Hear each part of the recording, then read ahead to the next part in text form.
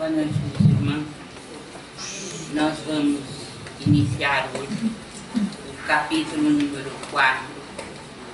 Ninguém poderá ver o reino de Deus se não nascer de novo.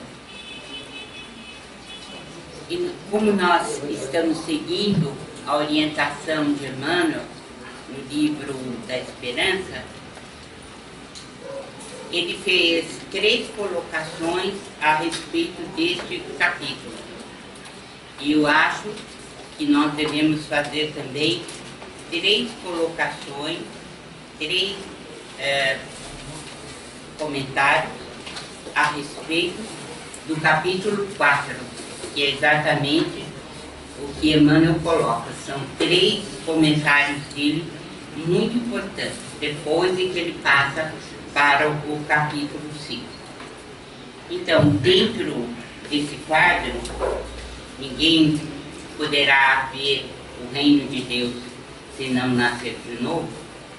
Kardec coloca a ressurreição, a reencarnação como fortalecimento dos laços de família e as instruções dos espíritos, limites da encarnação e necessidade de encarnação. Vamos ver então como Kardec inicia o capítulo. Jesus, tendo vindo às cercanias de Cesareia de Filipe, interrogou assim seus discípulos: que dizem os homens com relação ao Filho do Homem? Quem dizem que eu sou? Eles lhe responderam: dizem uns que és João Batista, ou outros que Elias, outros que Jeremias, ou algum dos profetas. Perguntou-lhes Jesus: e vós, quem dizeis que eu sou? Simão Pedro, tomando a palavra, respondeu: tu és o Cristo, o Filho do Deus vivo. Replicou-lhe Jesus: bem-aventurado és Simão, filho de Jonas, porque não foram a carne nem o sangue que isso te revelaram, mas meu Pai que está nos céus. Palavras de Jesus, segundo Mateus 16, 13 a 17, e segundo Marcos 8, 27 a 30.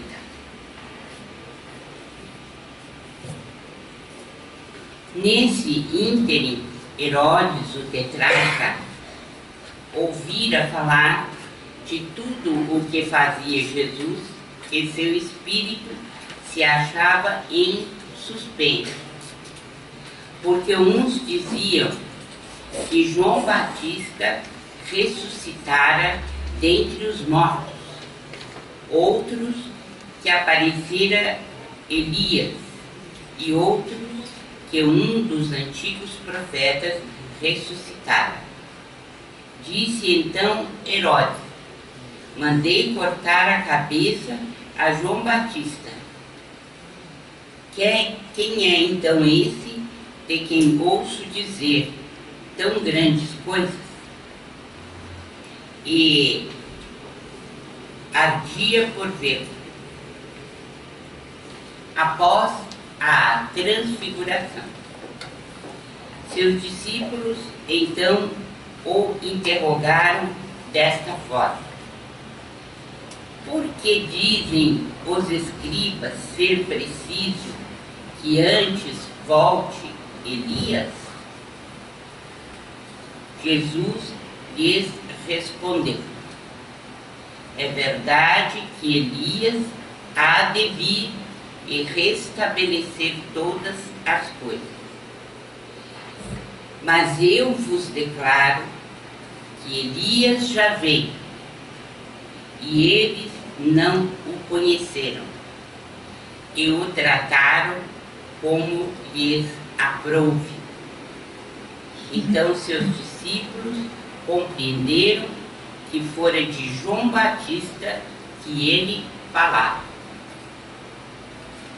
Meus amigos, nós estamos então com dois textos muito importantes que Kardec coloca logo na entrada, logo no início do seu comentário ou daquilo que ele colocou como essencial: e ninguém poderá ver o reino de Deus se não nascer de novo.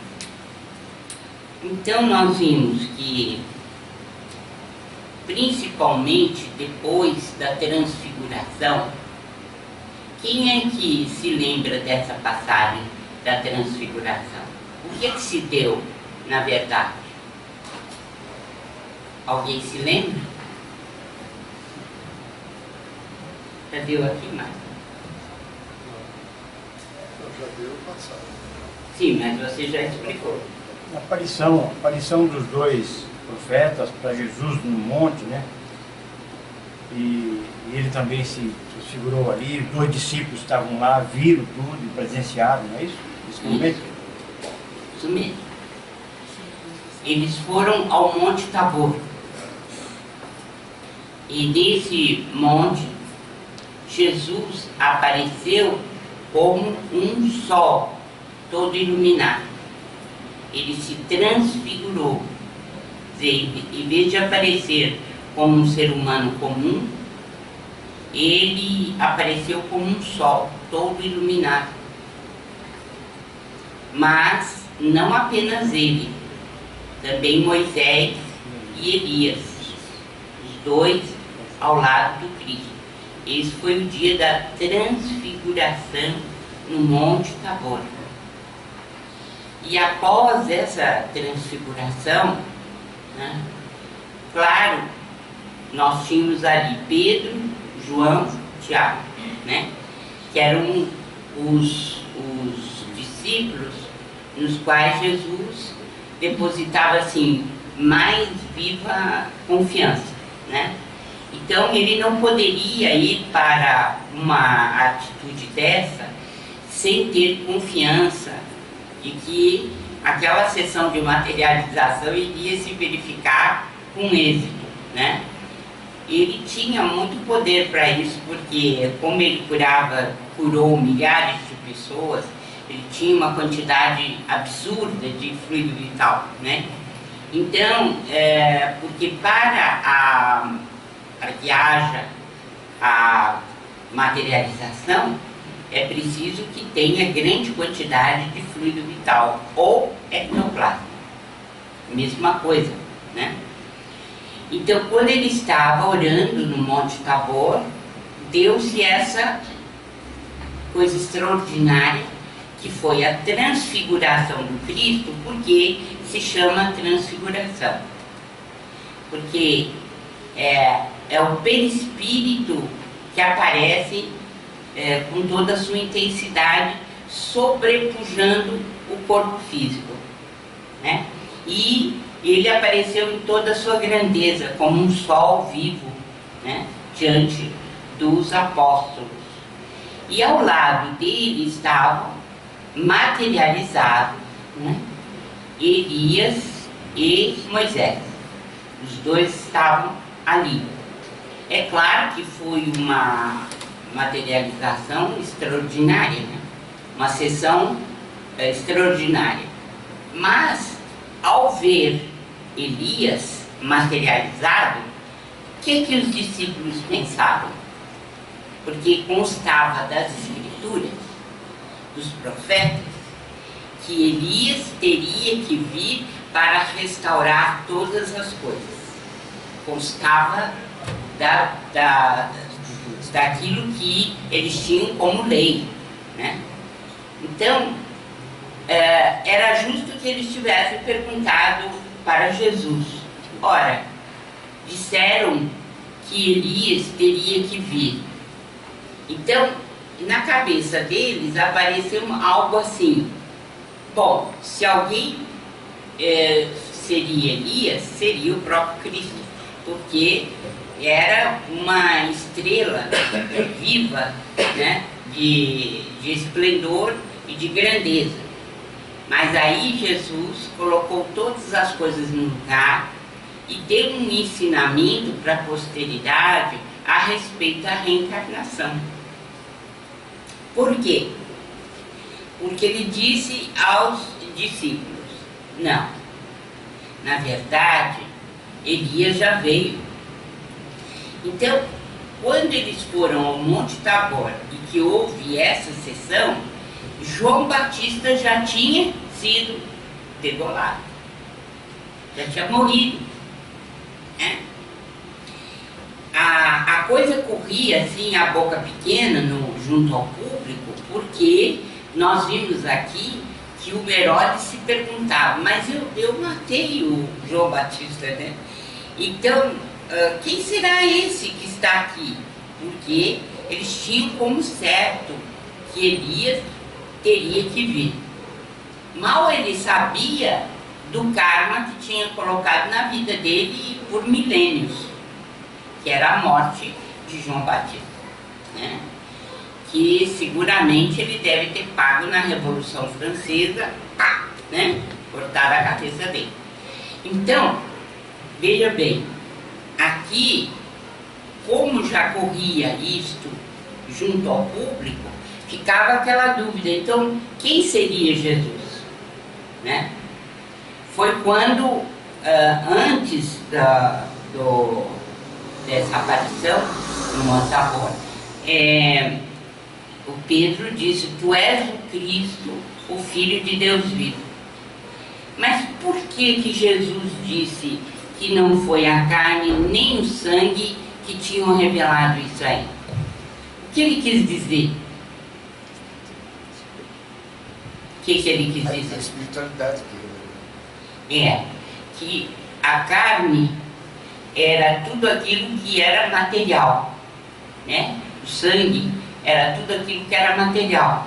Então, não foi uma revelação, por assim dizer, da matéria, da carne, né? Mas tinha sido uma revelação espiritual.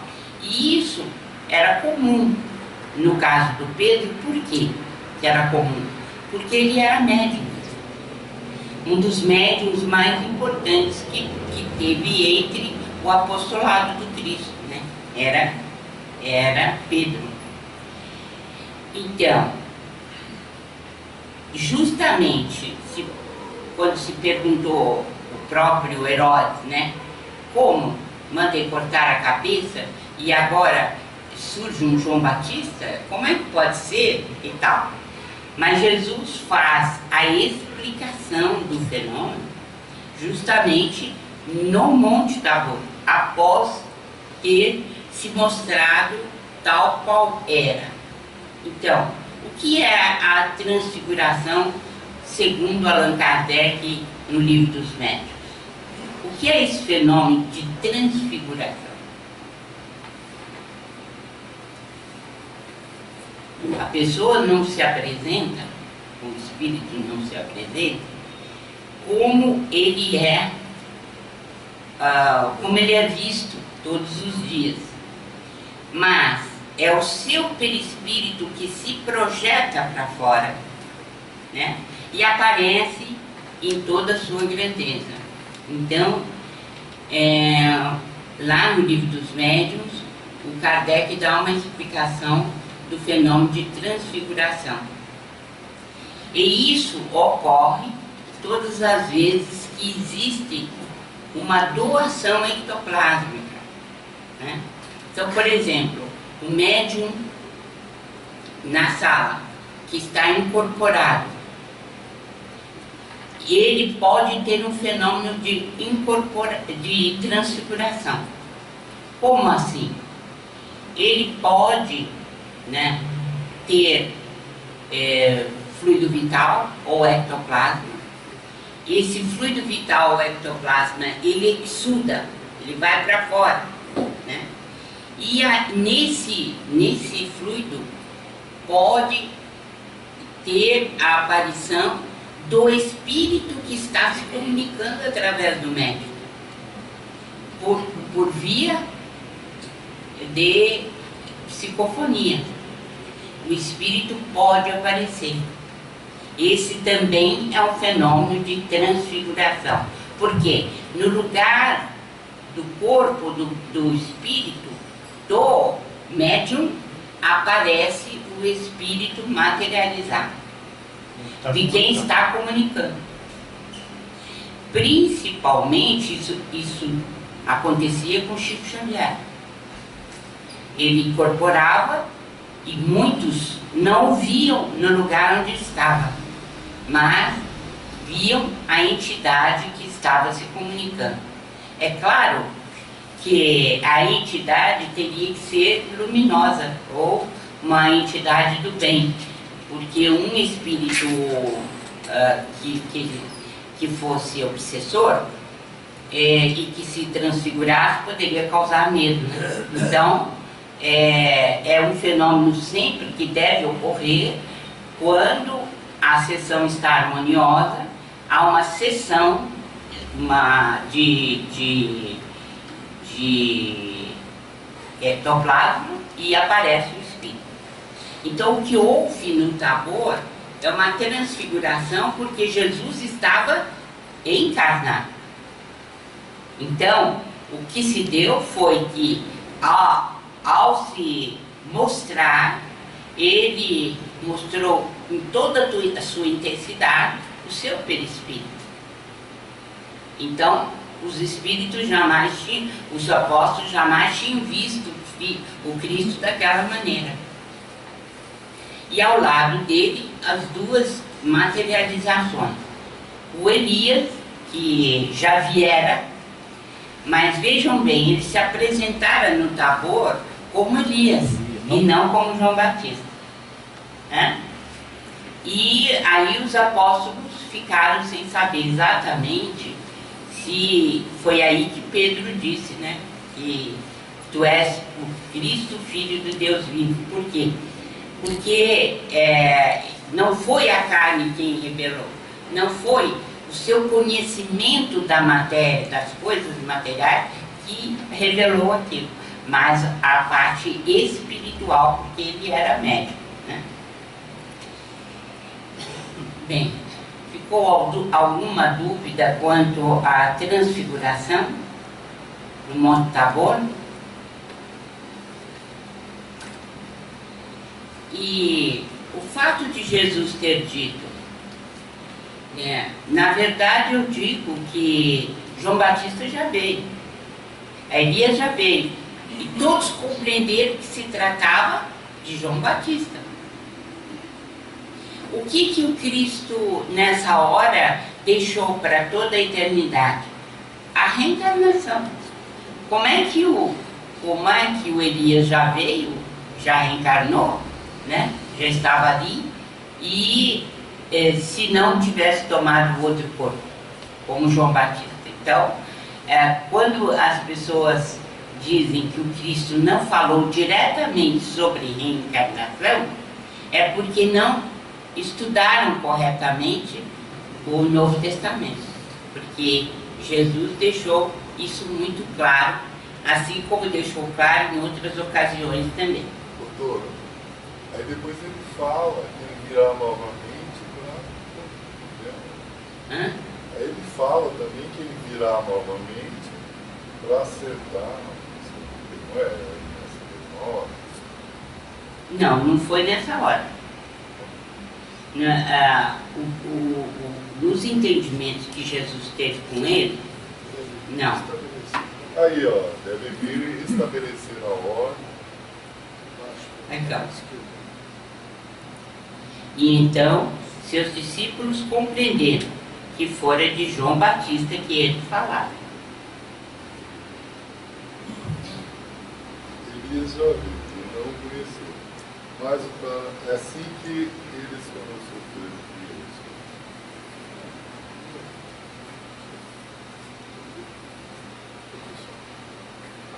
Vocês aqui eles também conhecem das coisas, mas acreditaram que Elias já veio e não conheceu.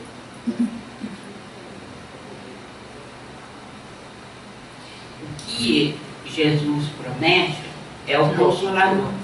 É verdade que Elias deve vir e restabelecer todas as coisas. Ele já veio. Mas Mas ele já veio. seria uma outra situação? Não. É Sim, dentro desse contexto aqui. Jesus estava falando no futuro. Ah, então, mas aí ele já veio depois, Sim. novamente. Veio, mas ele não se refere a isso ali. Ele só diz que isso vai acontecer. Entendi. Entendeu? Mas tem essa conotação. Exato. E assim, Não é assim. o que ele deixa claro é que, aliás, a gente tem que pegar a Gênese do Allan Kardec, entendeu? E no capítulo 17, lá da Gênese, no item 37, o Kardec diz o seguinte, que o Elias teria ainda que vir para restabelecer todas as coisas. E aí ele se coloca como Elias. No item 37. Por quê? Porque Jesus estava falando do Consolador, mas que iria acontecer depois. O que ele confirmou aqui, foi a vinda com João Batista, né? Mas ele não se aprofunda na questão futura. Só quando ele diz, não se turbe o vosso coração, crede em mim, crede em Deus, e eu não vos deixarei sozinho, eu vos enviarei o Consolador, né? Aí pressupõe que é nessa hora que Elias vai voltar. Isso é restabelecer todas as coisas. Quer dizer, vai colocar as lições do Cristo novamente dentro do cristianismo primitivo e não com as alterações que a ignorância humana colocou. Ele vai restabelecer todas as coisas. Agora, no item 37 do capítulo 17, o Allan Kardec se coloca, quer dizer, Elias, assessorado pelo Espírito da Verdade, veio restabelecer todas as coisas. Ele se coloca como Elias. Entendeu? Então é possível fazer, né, Elias, João Batista e Kardec. Aliás, quando Jesus quer que alguma coisa se restabeleça no plano da espiritualidade, é o Kardec que ele chama. Sempre ele. Né?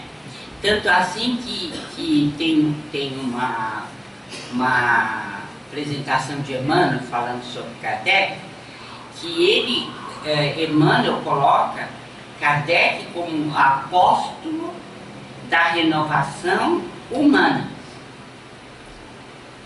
Por quê? Porque toda vez que o planeta tem que mudar espiritualmente, é o Kardec. Entendeu? Pode ter o nome de Elias, pode ter o nome de João Batista, de Ian Rus, pode ter o nome que quiser, mas é sempre o Kardec. É ele que vem. Nessa mudança, então, que vai haver no planeta, ele vem mais uma vez? Ele já veio. Já veio, mas ainda ele volta? Não, ele volta depois que tiver toda a desgraceira. Aí já tem que passar. Aí ele passou tudo, aí ele vem e diz assim para a humanidade, ó, é nesse sentido que tem que evoluir. Mas como Chico, ele deu Ele toda... já deu toda a direção. Só foram praticamente 100 anos de luta, né? Já está bom, de bom tamanho. Ele deixou todo o caminho traçado para a gente ultrapassar a dificuldade agora, né? Ele deixou tudo pronto. Quando ele voltar, que ele me disse que vai voltar, né? Já me falou. Então, quando ele voltar, ele vai mostrar por que caminhos o mundo tem que seguir. E aí acredito que a gente não vai cometer mais tanta asneira, vai seguir. Então, bom, mas eu acho assim, Emmanuel renasceu, Está com 13 anos, vai para 14. Eu acredito que ele deve durar uns 100 anos. Né? Então ele pegaria o século XXI todinho. Veja o planejamento. Chico ficou todo o século XX, ele vai ficar todo o século XXI, e depois disso renasce o Chico Dragão. Quer dizer, é de uma dedicação assim impressionante, que eu já teria corrido carreira há muito tempo. O mundinho difícil esse. Então, a reencarnação fazia parte dos dogmas dos judeus sob o nome de ressurreição. Só os saduceus, cuja crença era de que tudo acabava com a morte, não acreditavam nisso. As ideias dos judeus sobre esse ponto, como sobre muitos outros, não eram claramente definidas, porque apenas tinham vagas e incompletas noções acerca da alma e da sua ligação com o corpo.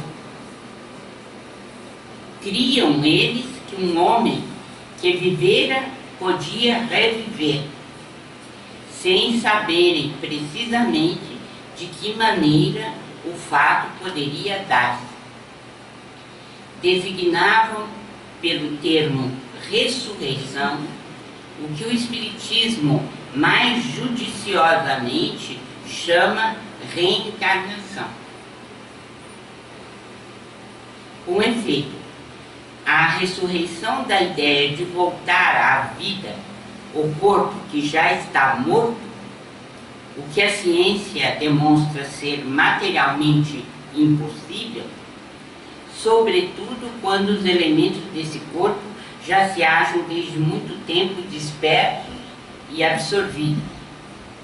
A reencarnação é a volta da alma ou espírito à vida corpórea, mas em outro corpo, especialmente formado para ele e que nada tem de comum com o antigo.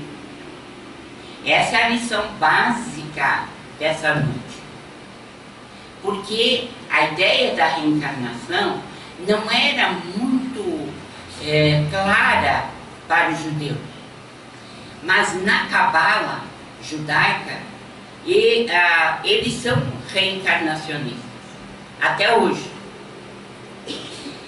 Mas entre o povo, as pessoas que faziam parte então do povo judeu, havia essa dúvida de como era a operação da volta. Eles não tinham certeza. Mas foi Jesus quem explicou. Né? Nós vamos ver que ele explicou isso a Nicodemos. Então, a palavra ressurreição podia assim aplicar-se a Lázaro, mas não a Elias, nem aos outros profetas. Se, portanto, segundo a crença dele, João Batista era Elias, o corpo de João não podia ser o de Elias, pois que João fora visto criança e seus pais eram conhecidos. João, pois, podia ser Elias reencarnado, porém não ressuscitado. Então havia uma certa confusão junto ao povo do que era ressurreição e do que era reencarnação. E vocês vão ver que essa dúvida era também compartilhada por grandes intelectuais da época.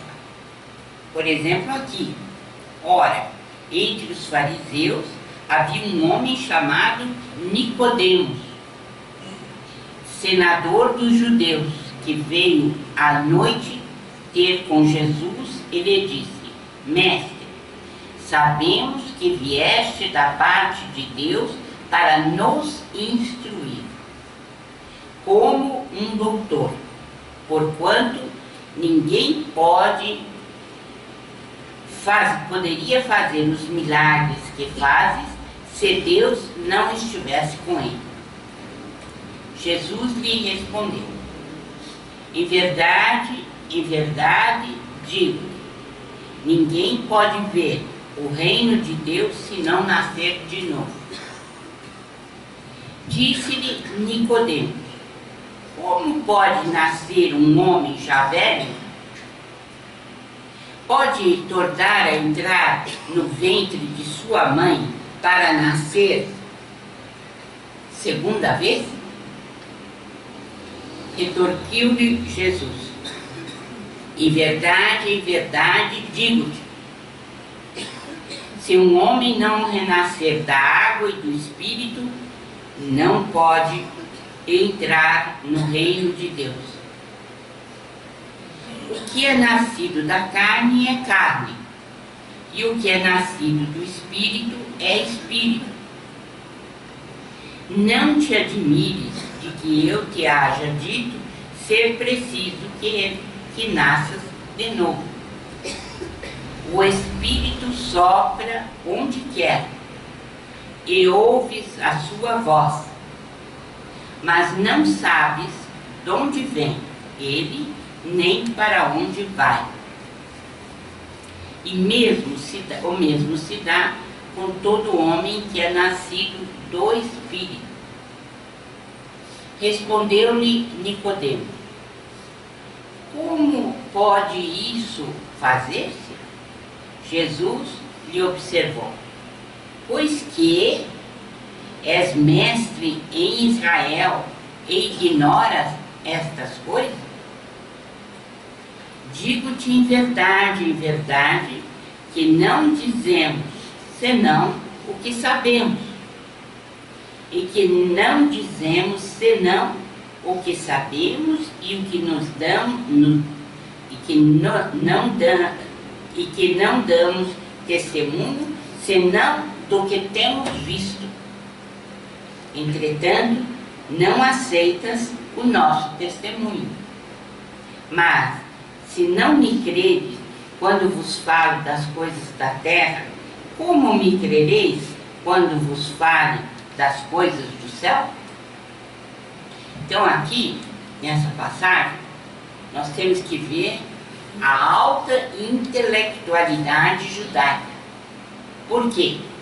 Um doutor da lei era formado em universidade e tinha prestígio junto ao povo.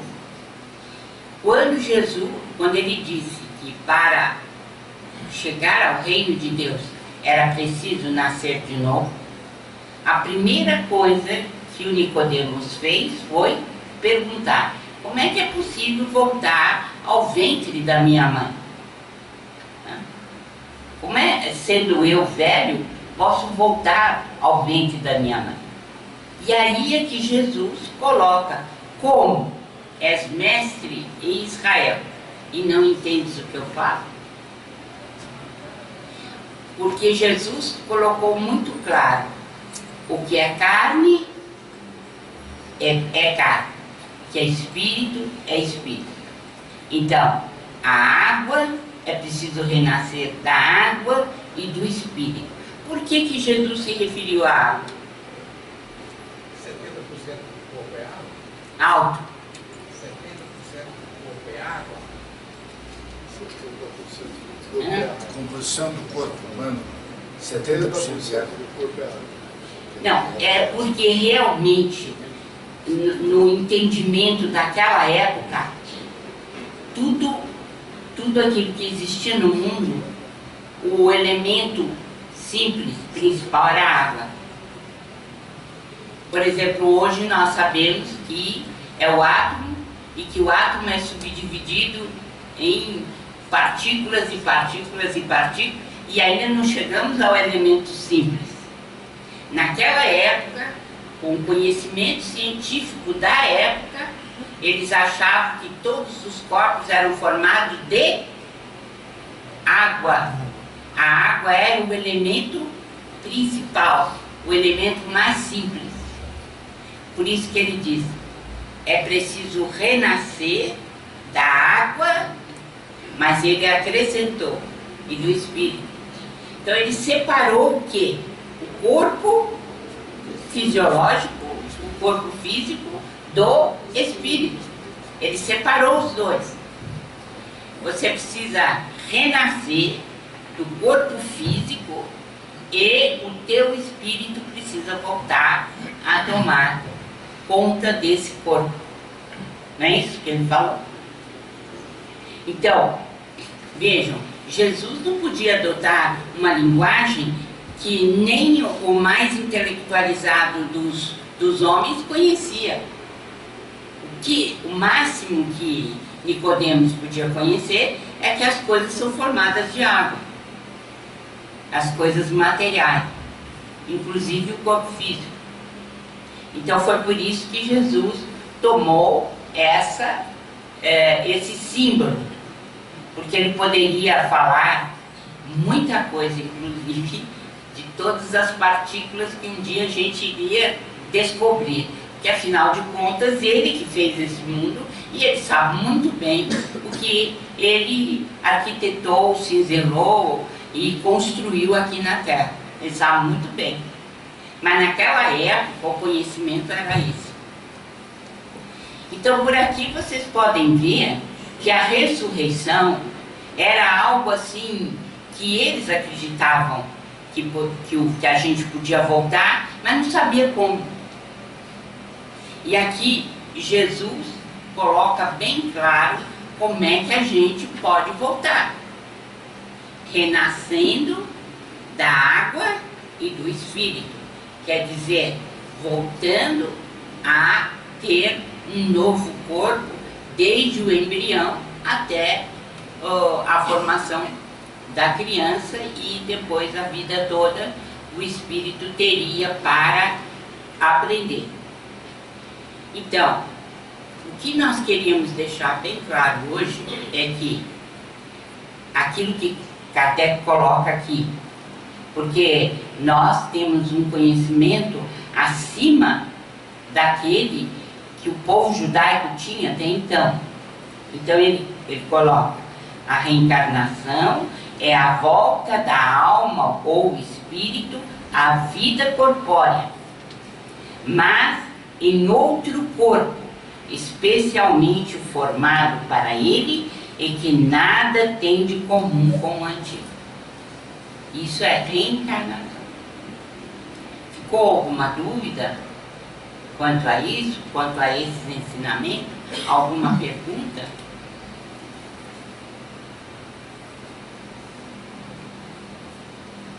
E Kardec, então, ele coloca, ainda em relação a isso, que a ideia de que João Batista era Elias e de que os profetas podiam reviver na terra se nos depara em muitas passagens dos evangelhos, notadamente nas acima reproduzidas. Se fosse errônea essa crença, Jesus não houvera deixado de a combater, como combateu tantas outras.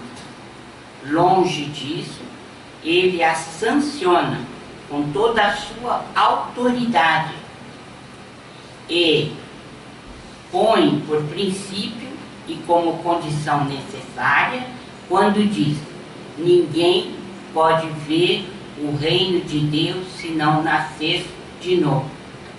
E insiste acrescentando: não te admires de que eu te haja dito ser preciso nascer de novo. Então, essas passagens são fundamentais para a gente compreender, né, a reencarnação, e que o próprio Cristo nos ensinou, né, a sua definição e a compreender o sentido básico dela. Alguma dúvida, alguma coisa? Alguma pergunta?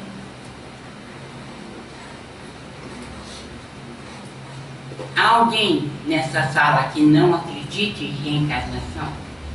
Pode levantar a mão, não tem problema nenhum. Então, eu acho que esse princípio, ele acaba sendo, né, absorvido por todos nós que já lemos alguma coisa sobre reencarnação e que estudamos, afinal de contas, né,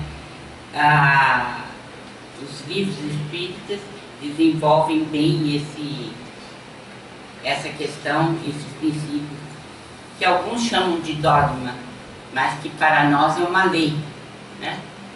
Quer perguntar? Sim.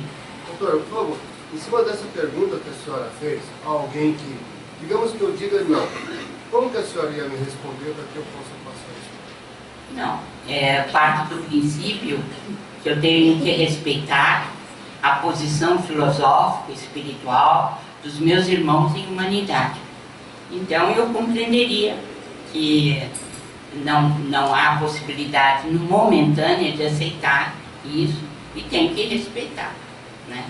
Agora, se as pessoas trazem argumentos e que a gente possa refutar de uma forma elegante, então a gente diz, mas você já pensou nisso, já pensou naquilo, né? Então estabelece um vínculo no sentido de esclarecimento, né? Porque, pode falar. Doutora, existe uma oração da Igreja Católica, que foi criada na Igreja Católica, chamada Credo, Sim. em leis, né? E no final dessa oração, que eu me lembro, que eu não me lembro mais do foco, é muito longa, fala assim, creio na Igreja Católica, no Espírito Santo, na ressurreição dos mortos. Amém. A oração termina assim. E eu nunca entendi muito bem o final, quando o catolicismo oficializou essa oração, deve ter sido oficializada pelo Vaticano, não sei quem escreveu. O que seria a ressurreição dos mortos, eu não consigo ver a ligação com reencarnação. Na religião católica não há essa ligação. Eu não sei o que eles falam. Para a Igreja Católica, a partir do Concílio de Nicéia, em 325 mais ou menos, foi abolida a reencarnação para a Igreja Católica. Porque até 320 e pouco, a reencarnação fazia parte do ensinamento das igrejas. Era algo que era comum dentro das igrejas, acreditar na reencarnação. Mas, depois do Concílio de Nicéia, foi abolida a reencarnação porque os reencarnacionistas perderam nesse concílio. E o que aconteceu foi que aboliram a reencarnação, mas não a ressurreição. Porque para nós a ressurreição tem o mesmo sentido da Igreja Católica. É o fato de você ressurgir em espírito, né? O que alguns judeus tinham dificuldade é que eles colocavam a ressurreição como reencarnação, mas não sabiam bem do que se tratava.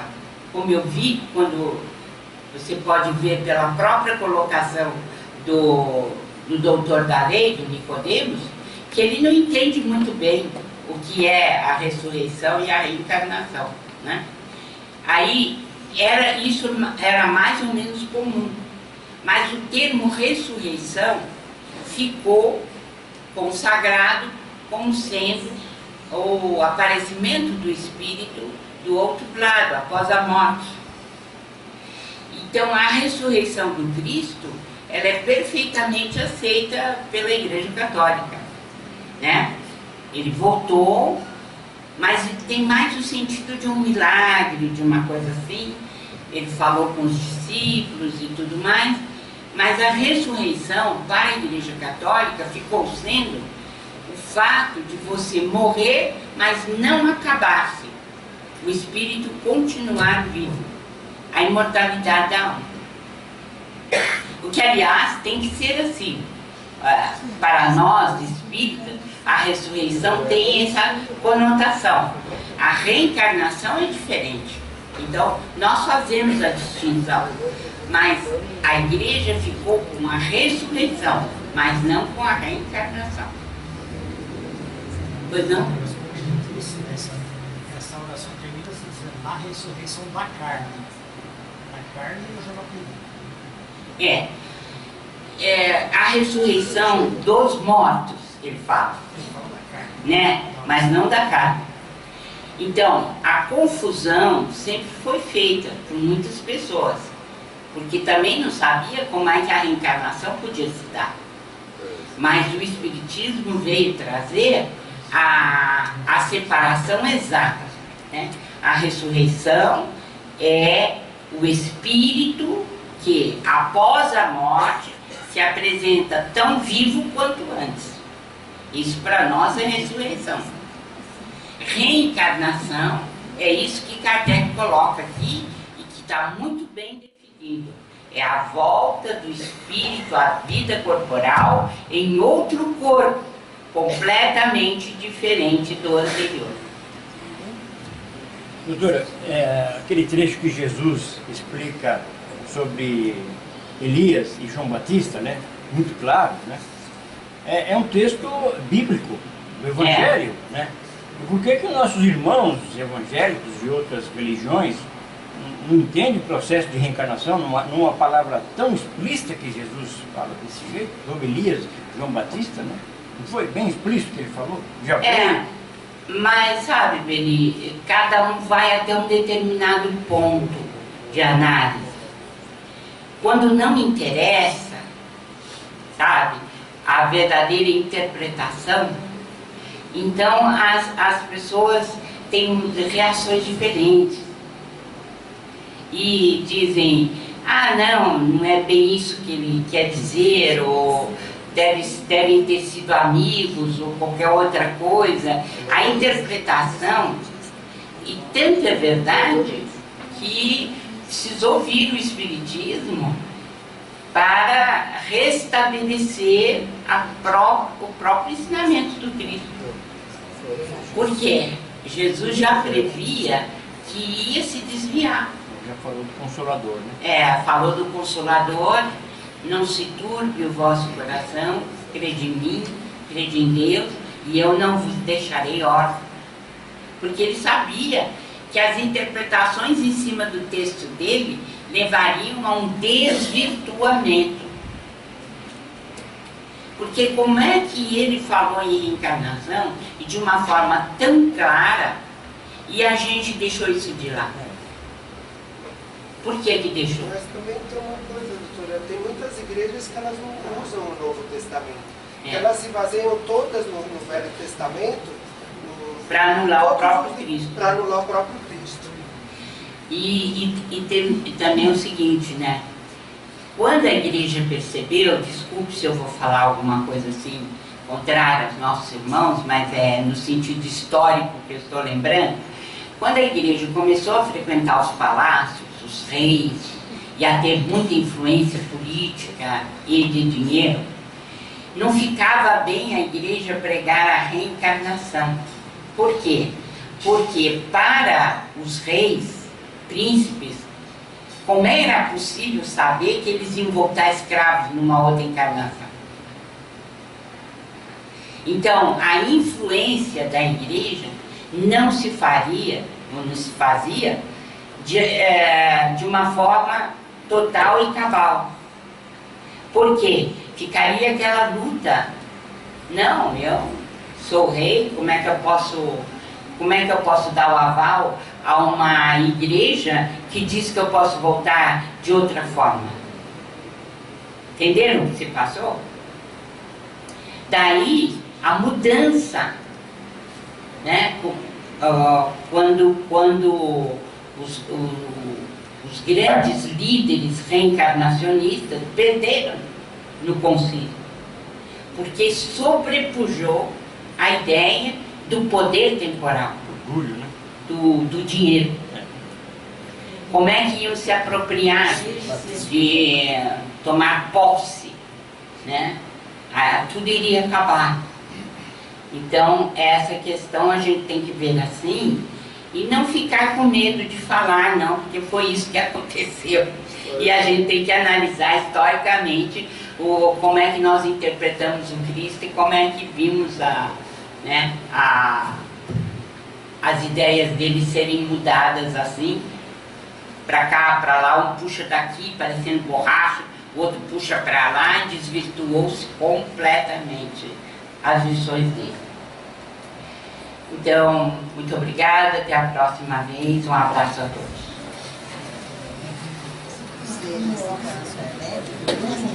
Uma outra